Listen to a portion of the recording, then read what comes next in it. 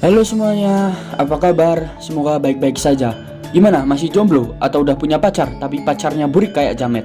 Kali ini saya akan merangkum sebuah alur cerita film yang berjudul Happy Death Die. Film yang disutradarai oleh Christopher Landon ini sukses membuat otak saya berpikir keras sehingga hormon-hormon tubuh saya keluar dan mengeluarkan kata-kata yang kurang dapat dicerna oleh otak dan akal pikiran manusia normal.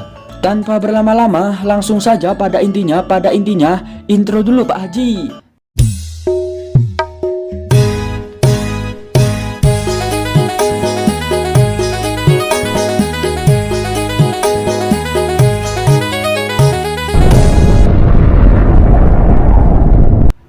Cerita ini berlatar belakang di Universitas Berkeley dan kita akan berfokus kepada sesosok wanita ini yang bernama Tree, di mana dia adalah sesosok wanita yang angkuh dan kurang memiliki rasa empati terhadap sesama. Ya, untung saja dia cantik. Awal cerita dimulai ketika Tree terbangun di kamar asrama sebuah cowok yang bernama Carter. Di sini Tree bingung kenapa ia bisa berada di sana. Dan bersamaan dengan itu, ternyata tepat hari itu Tree berulang tahun dan dia ditelepon oleh ayahnya. Namun ia tidak mengangkat teleponnya karena mungkin Tree tidak berhubungan baik dengan ayahnya. Kemudian Tree bergegas keluar dari kamar Carter. Berbagai macam kejadian dialami oleh Tree, mulai dari ada orang pingsan hingga ada bunyi alarm mobil dengan sendirinya.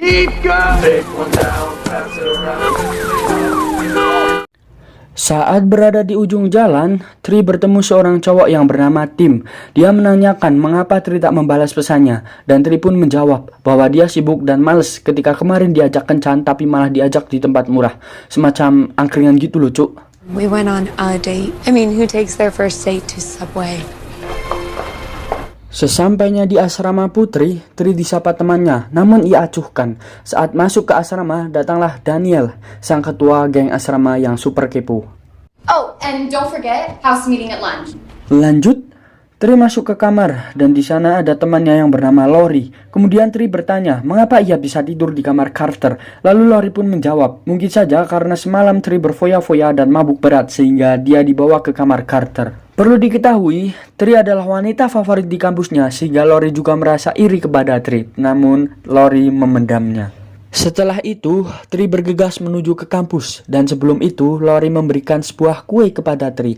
Akan tetapi, Tree tidak memakan kue itu, melainkan dia malah membuang di tong sampah.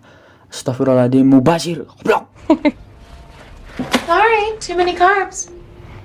Lanjut, Tree masuk ke kelasnya, di mana sudah ada Pak dosen yang bernama Gregory. Dan sepertinya mereka berdua memiliki hubungan lebih dari sekedar mahasiswi dan dosen.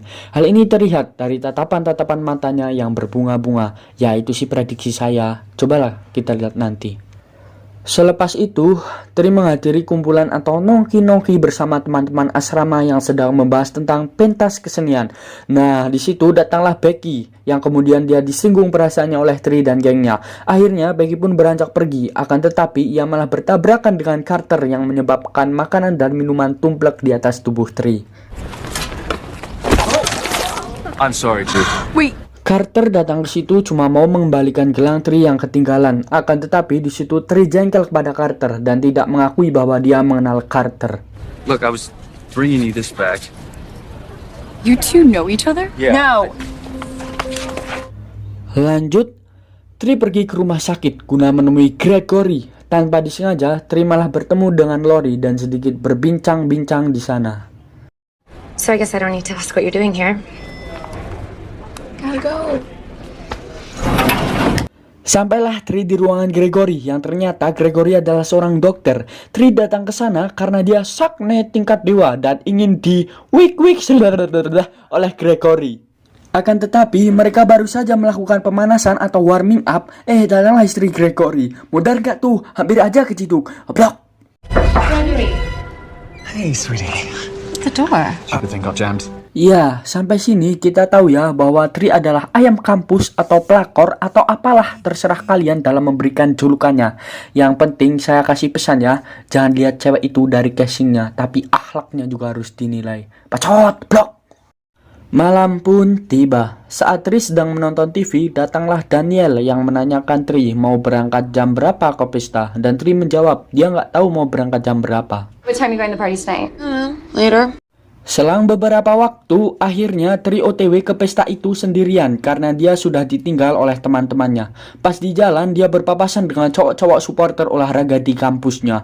Namun di sana, ada salah satu orang misterius yang memperhatikan Tri. Kemudian Tri melanjutkan perjalanannya, sampailah ia di sebuah terowongan. Dia dikejutkan dengan adanya mainan di sana, dan saat Tri mendekati mainan itu, tiba-tiba datanglah si kopet yang langsung menikam dan membunuh Tri.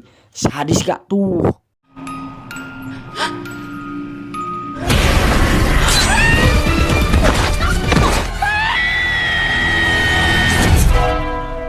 Dan anehnya, setelah Tri terbunuh, ia kembali terbangun di kamar Carter, di mana semuanya masih sama seperti hari sebelumnya. Tri merasa shock dan merasa aneh sehingga dia merasa kejadian seperti deja vu menimpa dirinya. Kemudian dia pun keluar dari kamar Carter dan semuanya masih sama seperti hari sebelumnya. Dari kejadian ada orang pingsan hingga ada bunyi alarm mobil dengan sendirinya. Sesampainya dia di asrama, Daniel juga berbicara hal yang sama seperti hari sebelumnya, yang tentu saja itu membuat Tri semakin bingung. Kemudian Tri masuk ke kamarnya dan bersiap-siap untuk berangkat ke kampusnya. Namun sebelum itu, Lori memberi kue ulang tahun kepada Tri. Bedanya, Tri kali ini tidak membuang kue ulang tahun itu, melainkan hanya meletakkannya di meja. I gotta go. But Setelah itu, kejadian sama persis seperti hari sebelumnya. Mulai dari Carter mengembalikan gelang, Tri ketumplakan makanan dan minuman, sampai wik-wik sebelahnya dengan Gregory yang hampir keciduk istrinya. Semuanya sama, hingga Tri bingung dan stres. Malam pun tiba. Tri menonton video ultah ketika dia bersama ibunya, dan di sini terkuaklah ternyata ibu Tri sudah meninggal, dan mungkin saja itu yang membuat Tri tidak berhubungan baik dengan ayahnya. Selang beberapa waktu, Daniel datang. Dia persis seperti hari sebelumnya, dari kata-kata serta gaya bicaranya dan pakaiannya. Kemudian Tri OTW ke pesta, di mana dia berjalan sendiri dan kembali berpapasan dengan cowok-cowok supporter di kampusnya. Dan bersamaan dengan itu ada yang memperhatikan Tri. Akan tetapi ternyata itu adalah Mike, dan Tri merasa itu berbeda dengan hari sebelumnya. Kemudian dia sampai di terowongan dan dia melihat mainan itu lagi seperti hari sebelumnya. Karena Tri tahu apa yang akan terjadi jika ia mendekatinya, akhirnya dia memutuskan untuk memutar arah dan memilih jalan lain. Sesampainya di lokasi, terlihat di sana sangat sepi seperti kuburan. Ya, sepi banget. Tapi saat Tri mau masuk, tiba-tiba surprise? Oh my god, I'm so sorry. Don't mess with the Kappa bitch. ya, ternyata Tri disurprise oleh teman-temannya, dan dia malah menampar cowok yang bernama Nick. Ya, karena dia berpenampilan seperti psikopat yang membunuh Tri di hari sebelumnya. Kemudian Tri memasuki kamar Nick, di mana di sana Nick menyetel musik sangat keras. Di sisi lain, Tri mendapat pesan dari Daniel. Kebetulan Daniel menyukai Nick, akan tetapi Nick sukanya sama Tri. Namun tiba-tiba muncul lagi si kopet yang membunuh Nick dan Tri tanpa ampun.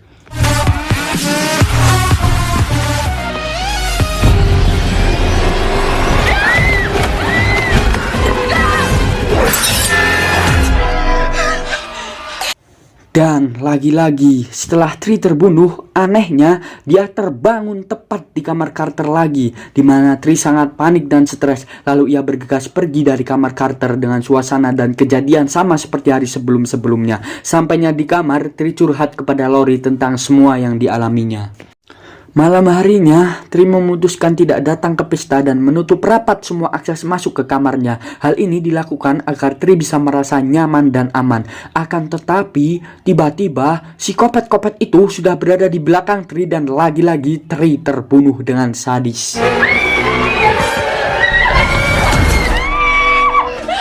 What's going on? Kemudian setelah terbunuh, Tri kembali terbangun dan tepat di kamar Carter. Kali ini Tri benar-benar merasa stres, gila, mumet sirah, lemes, sempoyongan, campur aduk, dan mungkin rasanya seperti ketika saya patah hati dan kehilangan sosok yang saya cintai. Apa sih malah curhat, goblok? Lanjut, Tri keluar dari kamar Carter, namun baru berjalan sebentar, ternyata Carter menyusulnya dan dia mengatakan bahwa Tri lupa membawa barangnya. Akhirnya, Tri pun curhat dengan sepenuh hati dan setulus jiwa kepada Carter tentang semua yang dialaminya. Kemudian, Carter menyarankan untuk menyelidiki serta mengungkap siapa psikopat yang telah membunuhnya. Tri pun menerima saran dari Carter, kemudian dia melancarkan aksinya dan menyelidiki semua orang yang berkaitan dengannya, mulai dari Tim, Daniel, dan lainnya. Akan tetapi ternyata hasilnya nihil dan Tri pun belum bisa mendapatkan jawabannya. Your plan totally sucks.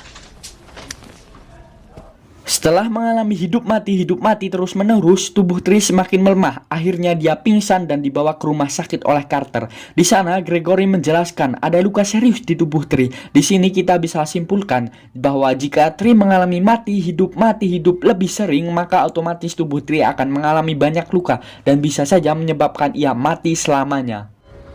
When can I get out of here? And these are signs of tissue and the size of the lesions. Technically dead. Oleh karena itu, Tri merasa bahwa dia harus segera menemukan dan mengungkap siapa si kopet itu. Dia pun kabur dari kamar rumah sakit, akan tetapi Gregory berhasil menemukannya dan tiba-tiba It's just...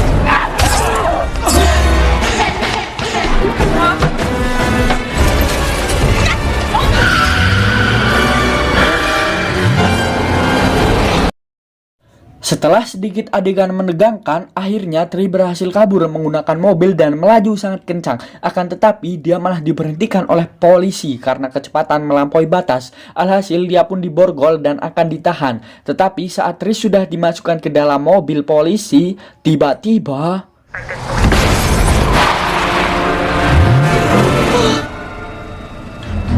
dan ternyata itu adalah psikopat yang konsisten dan pantang menyerah. Dia menabrak polisi hingga tewas serta membakar mobil bersama Tri di dalamnya. Oh, shit!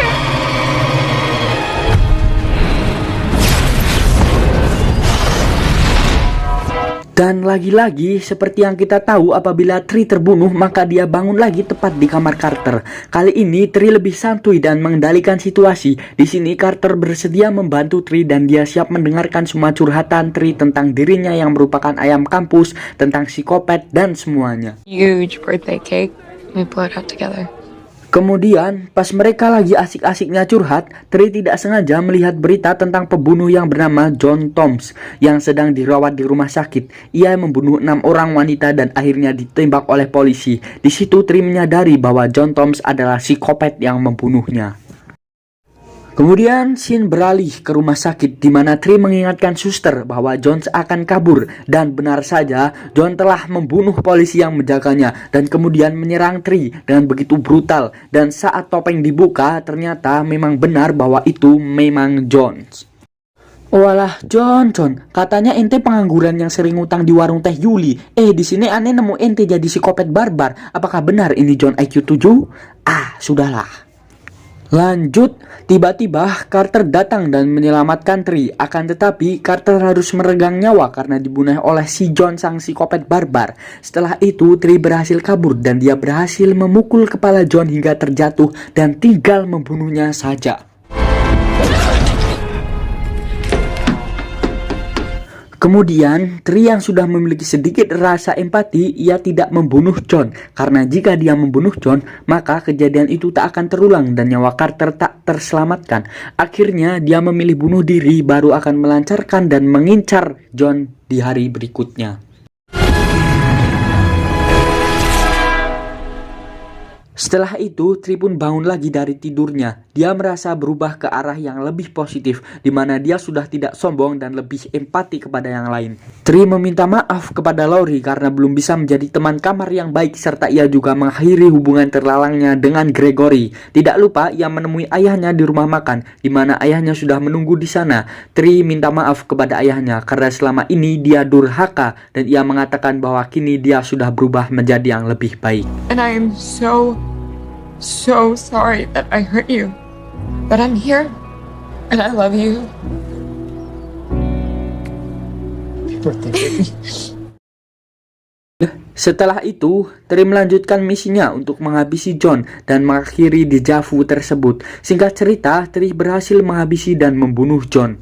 Malam pun tiba. Ia mengadakan pesta kecil-kecilan bersama Carter. Namun anehnya, setelah meniup lilin kue itu, dia kembali terbangun seperti kemarin. Dan ternyata kejadian deja vu itu belum berakhir. Lah, kok bisa ya? Mari kita lanjut dulu.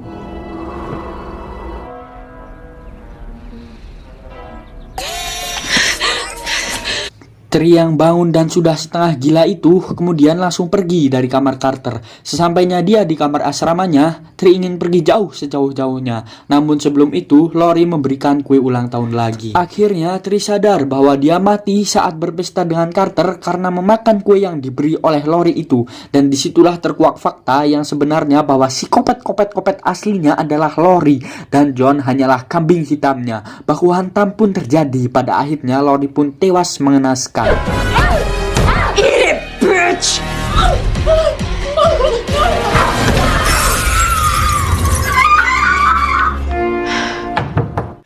Di akhir cerita, kita diperlihatkan Carter dan Tri yang sedang asik ngobrol. Akan tetapi, tiba-tiba Tri kembali bangun di kamar Carter. Dan saat itu, Carter sudah tidak seperti biasanya. Atau bisa dibilang, Tri berhasil dan deja vu yang dialaminya sudah hilang.